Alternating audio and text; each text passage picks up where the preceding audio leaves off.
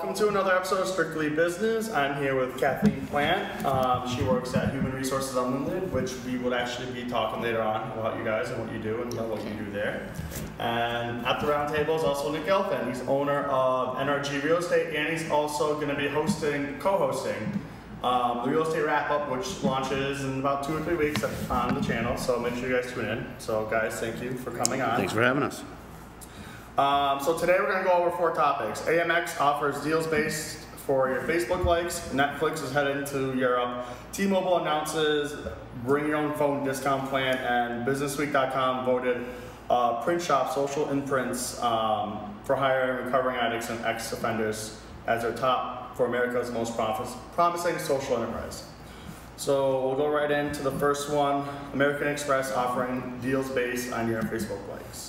They launched the Facebook app, which pretty much tailors to things that people have already liked or they're clicking on after they go through the app. It's called Link, Like, Love, where they can link their cards to the program and choose deals. For instance, if a user likes Whole Food Market on Facebook and has checked in at Whole Food location using Facebook Places, they may see a deal just for the AMX people. So it's kind of like Groupon meets Facebook just for American Express holders. Mm-hmm. That's going to take Facebook a little more of an edge compared to Groupon. Compared to Facebook to Foursquare, people check in more through Facebook than Foursquare as is. So going in and you're hooking up to your American Express card, it's going to cause a lot more check-ins for more deals. Right, and it seems like it's going to make your internet experience kind of vary user by user, yeah, which is going to be helpful to an extent. And the behavioral targeting, I think that is done by that type of program. I think the way people are going to react to it is probably going to vary depending on your generation.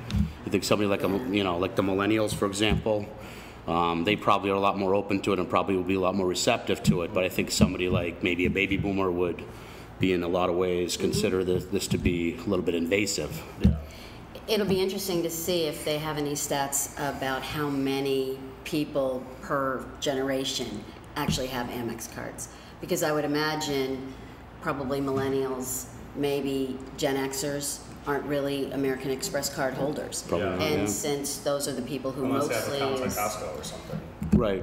And I think there's other versions of isn't it the American Express Optima card or something that's more targeted for younger ones? Yeah, I think I remember getting one in college for nothing. It's also and it's like what you said, not just baby boomers. A lot of the young people don't. I personally don't check in anywhere through Facebook. People check me in, but I don't personally do it. I just don't want people knowing where I am at all times. And I think linking up a credit card to Facebook is not really, for me, I just don't feel would be comfortable doing that. And it's like, what if you go in somewhere and, like a VIP and that store VIP that sells and I'm just saying I've never been there, but the adult store, and you go in and you check in, but they have a deal for American Express, so let me just check in, no big deal. Things like that, just like people are going to know where you go, what you buy.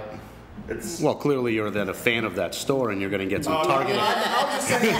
You'll get some targeted advertising specifically. Speaking of a store where people they would check in for the deal, but people will look at it and go, absolutely, what is he buying here? I just think it's kind of like Groupon, and Groupon seems to be popular, but it just seems to be more targeted. Where Groupon, you get a deal every day, and it's like massage or something that or a pedicure, which clearly is something I enjoy. You need. But businesses have that. Business pages, you're already allowed to have deals. If people check in, you can offer them a deal. But this is, I guess, is like a bigger deal if you use your American Express card. Absolutely, and American Express is a giant in the industry. So they did something similar with Foursquare as well. So we check in somewhere through Foursquare, and you have your American Express card, you get a deal. So they're actually one of the.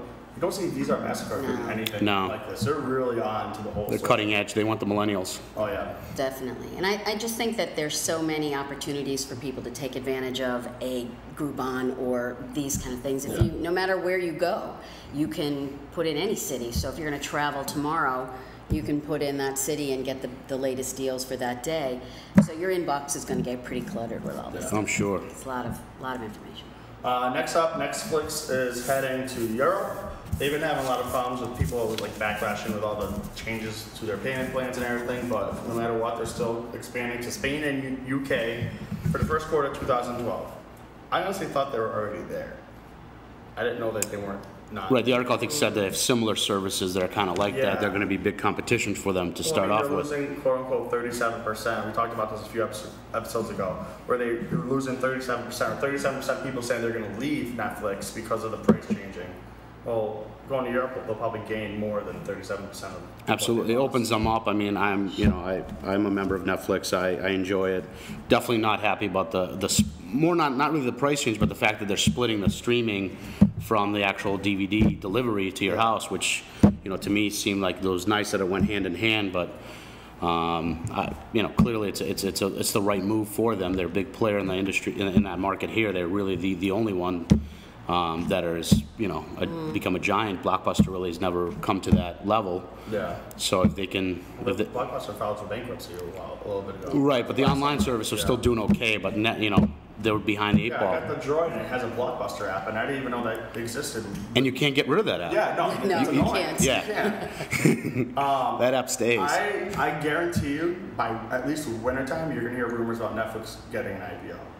If they're really going overseas and they're really expanding to like global, I wouldn't be surprised if they're gonna sign up Absolutely. to get an IPO for that.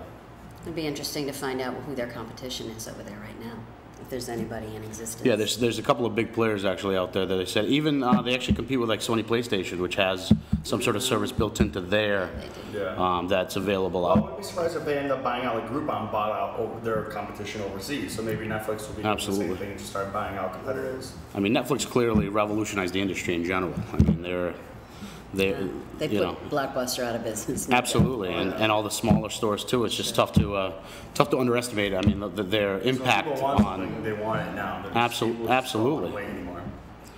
Absolutely, and in theory, we're paying what $4.50 or whatever it was a Blockbuster for a movie, which you had to return at a certain time. I mean, there was limitations. They would get you on late fees.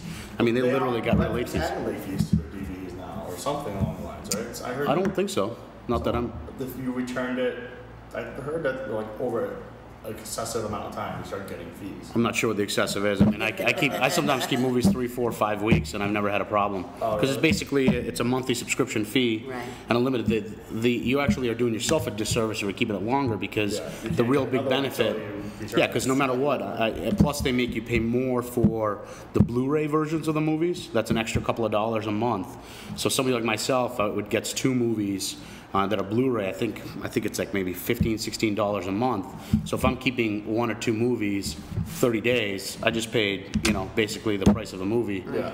Or more, Yeah, or more, exactly. which is how they make money. Right, that's exactly how they make money. So I'd be surprised if they would ever add late fees.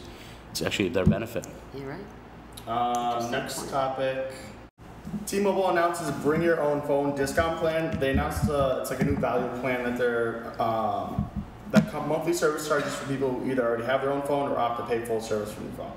They're part of U.S. service providers that give customers free or subsidized phones in exchange for locking them into a service plan for several years. I think did the deal with them in fall? Is it not happening anymore? Wasn't Sprint supposed to buy them out? T-Mobile? Or AT&T. AT&T is buying them out. That's what they're talking. Yeah, the AT&T is Is that merging. like not happening anymore? No, supposedly it is happening. It's still, I think, locked up. But I think they're still their own identity. Oh, even if AT&T I purchases think them? so. Which is actually what's confusing to me because in the past, when a big fish gets a little fish, they over time phase it out. Maybe not immediately. Yeah. Look at like Nextel and Sprint, Yeah, for example. Well, yeah. So Nextel's out now. I think they.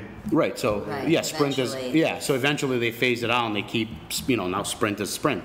So what's interesting to me is that let's say you're currently an AT&T customer and then T-Mobile is offering this plan that's better than your AT&T plan. Essentially, it's the same company. Yeah, and then I guess they're doing. I guess AT&T wanted more towers, but it'd be cheaper to buy out a company than actually build more towers. Right. So that's what that was all about. But their new plans. I think it's going to be available July 24th. This might be over that. So like sometime around the next couple of days. An option. They'll give them an option to pay lower. Well, I think it'll be interesting to see what the data, now with the data plans, they're so much more expensive than they were just a little bit ago. So it'll be interesting to see how data fits into that. I think another piece of the article was that in order to get that rate, you have to either bring in your own phone, I believe, or pay Yeah. full Exactly. rate, It's like which bring an old phone or bring something Right. you don't buy the phone from. T-Mobile, you just bring in whatever. So you might have an old flip phone from like 1999. It's like this. StarTech Motorola. Yeah. Zach Morris style. Kind of phone, or even a car. Maybe it's in a Are there bag. still car phones around? The ones that like went into the glove box? I had one of those, yeah. I remember my Scary, father had very scary. Maybe if you're redoing a car circa 1988, maybe you can you put Well, one now in. they all have Bluetooth, so you just push the button. Right, So. exactly. Lastly, Business Week readers voted a San Francisco print shop called Social Imprints their top choice for America's most promising social enterprise. And pretty much what Social Imprints does is they hire recovering addicts and ex-offenders, giving them an opportunity to find work, which is good. They made $2 million in revenue last year, and they employ 7 people. It's a 3-year-old company, so they've actually done very well for being around for 3 years. And speaking to the social enterprise, I mean, that is what HRU does. Basically, we work with a lot of people with mental illness and physical disabilities, but also socially disadvantaged adults who are looking for employment. So a lot of these people have what are called CORIs. They were convicted of some type of crime, and many of them were convicted when they were young and stupid and were doing things they shouldn't be doing.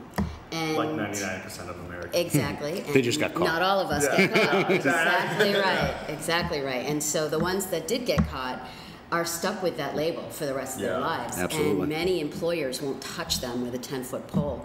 So the fact that one of the founders was an ex-offender and recognized that he was obviously having issues becoming employed from any reliable company.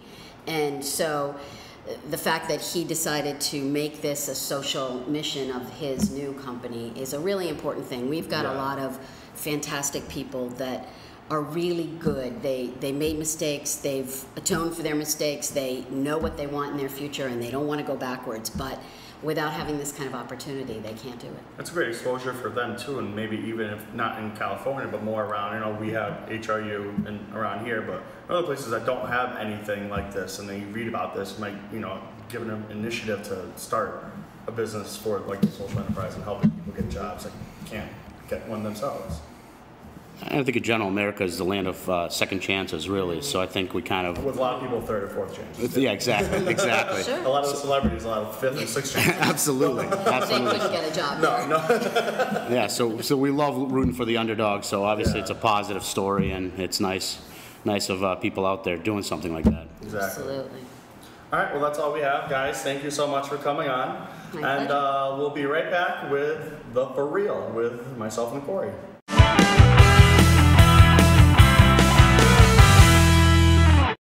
So welcome back, and we are here with another awesome edition of For Real. For real. This topic is kind of funny. It's a Chihuahua chasing robbers in LA. It happened a few weeks ago, right after the 4th of July. Chihuahua A, the name was Paco, for real. B, he had no owner, so he was running around in the streets, for real. And C, 2 people actually ran from a Chihuahua. And they went to go rob the cigar store. They came in, they had like guns, and this Chihuahua attacked them. One of the men were wearing cargo shorts, and they were so afraid of this stupid little ankle biter that, I mean, for real, like if you're gonna be a bad guy, at least be a bad guy. If you're afraid of a little dog, kick a dog or something. Like it's like wimping out on like, for real, seriously. For real. Yeah, and now the owner of the store wants to get the dog a cape. They have pictures of him. He's like super dog. Isn't that a cartoon? It's just pathetic how people are. I mean, you shouldn't be robbing a cigar store to begin with. If you're gonna go rob somewhere, do it big, Half-ass But then you're job. gonna go rob a cigar store wearing cargo shorts. Like, what did you just think about this in a Sunday afternoon? Like, hey, dude, I got an idea. You see that still right there? I want a cigar. Let's go take one. Let's just go take one. Yeah. But if there's a little dog, we're out. We gotta go. All right, well, that's all we have for this edition of For Real, and we'll be right back with our one-on-one.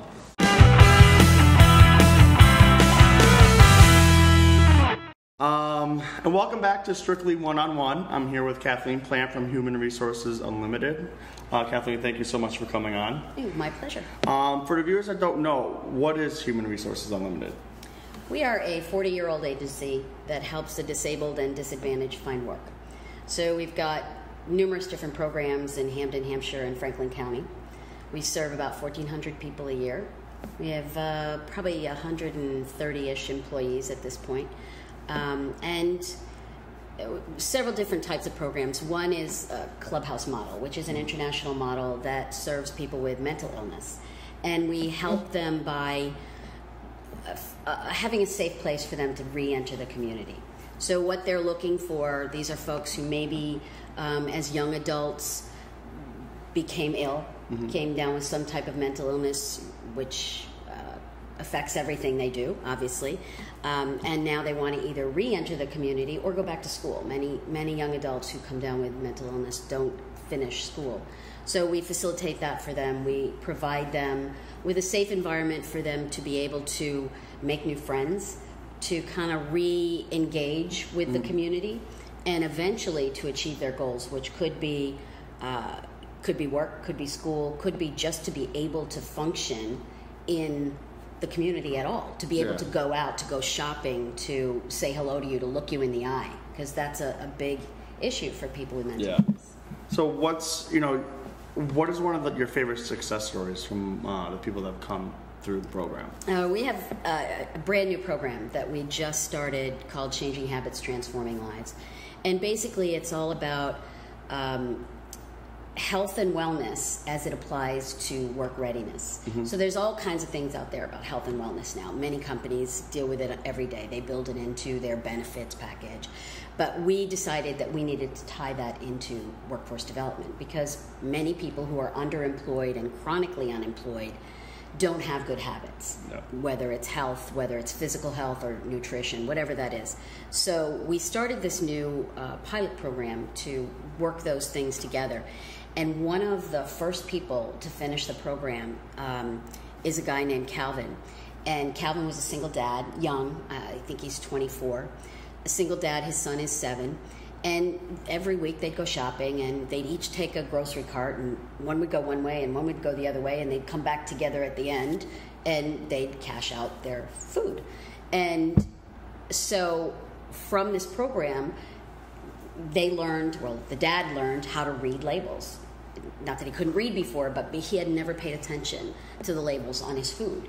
And so started reading the labels, fat content, processed food, everything that your food gives Making you. healthier choices. Exactly. Yeah. And his son looked at him and said, "Dad, why are you reading the box?" And he said, "Because we don't make healthy choices, and I want to be able to make healthy choices now." And so now they shop together and they read the boxes and they know where they should be concentrating their efforts. And so he is now working. He's a success story because he's working, but also because he's transferred this new knowledge onto his young son. So it's a great story. So the people that come through the program and they're looking for jobs, what's a good business, if a business wants to kind of partner up with you guys to take on these kind of people to hire them, what's a good business industry to kind of get a hold of? Actually, we partner with more than 120 businesses in the regions we serve. So it's really anyone who has probably the most predominant work that we look for right now is entry level, whether that's clerical or admin work, but most of it's entry level. We do have PhDs that we work with. We have people with incredible skills, so there are always those kind of folks looking for jobs. But entry level work, we look for places that can give us the ownership of a job. And what that means is we take that job, our staff learns the job, you as an employer would train them, give them all the tools they need, and then that job is filled by a person that the staff identifies as the right person for the job. If that person either doesn't work out or is sick or can't make it to work one day, our staff covers the job. You are never without an employee in that position. It doesn't cost you anything. As a matter of fact, you get money back because we offer tax breaks. You know, it's most organizations, if they employ a person who's been unemployed or underemployed for a length of time, get tax breaks. Is that how remember you were telling me like you could save businesses money? Is that how you would save the business money, is by the tax breaks? Well, the tax breaks is one, but for entry-level employees, as we all know, it's very costly to post jobs. It's costly to train. And when you have recurrent turnover and high turnover, you've got to incur that cost every single time. Yeah. So we save you from having to incur that cost at all. We own that job, and there are specific jobs that we can do this with. And what we do is when we put a person in there, that job is for that person a stepping stone to something else. So if it's a 6 or 9 month placement, that person does the job for that length of time, and then they move on. They move on to something bigger and better, maybe in your company, maybe somewhere else. But then we find the next person that is a good fit for you. And they, the marketing folks in our organization that identify the people that are the right fit work with all kinds of people who are looking for a job and looking to find a new place to live. Wait, so what's the website if they want to get more information on you guys? It is hru.org. Really simple. Oh, no, can't forget that. No. Kathleen, thank you so much for coming on. My pleasure. And we'll be right back. So I want to thank all the guests for coming on. It was another great episode. Make sure you start following us on Twitter if you haven't already at GetBizNews. If you have any questions, we're on Facebook at Strictly Business. And if you ever want to come on the show, shout us out on either one. And we'll see you guys next time.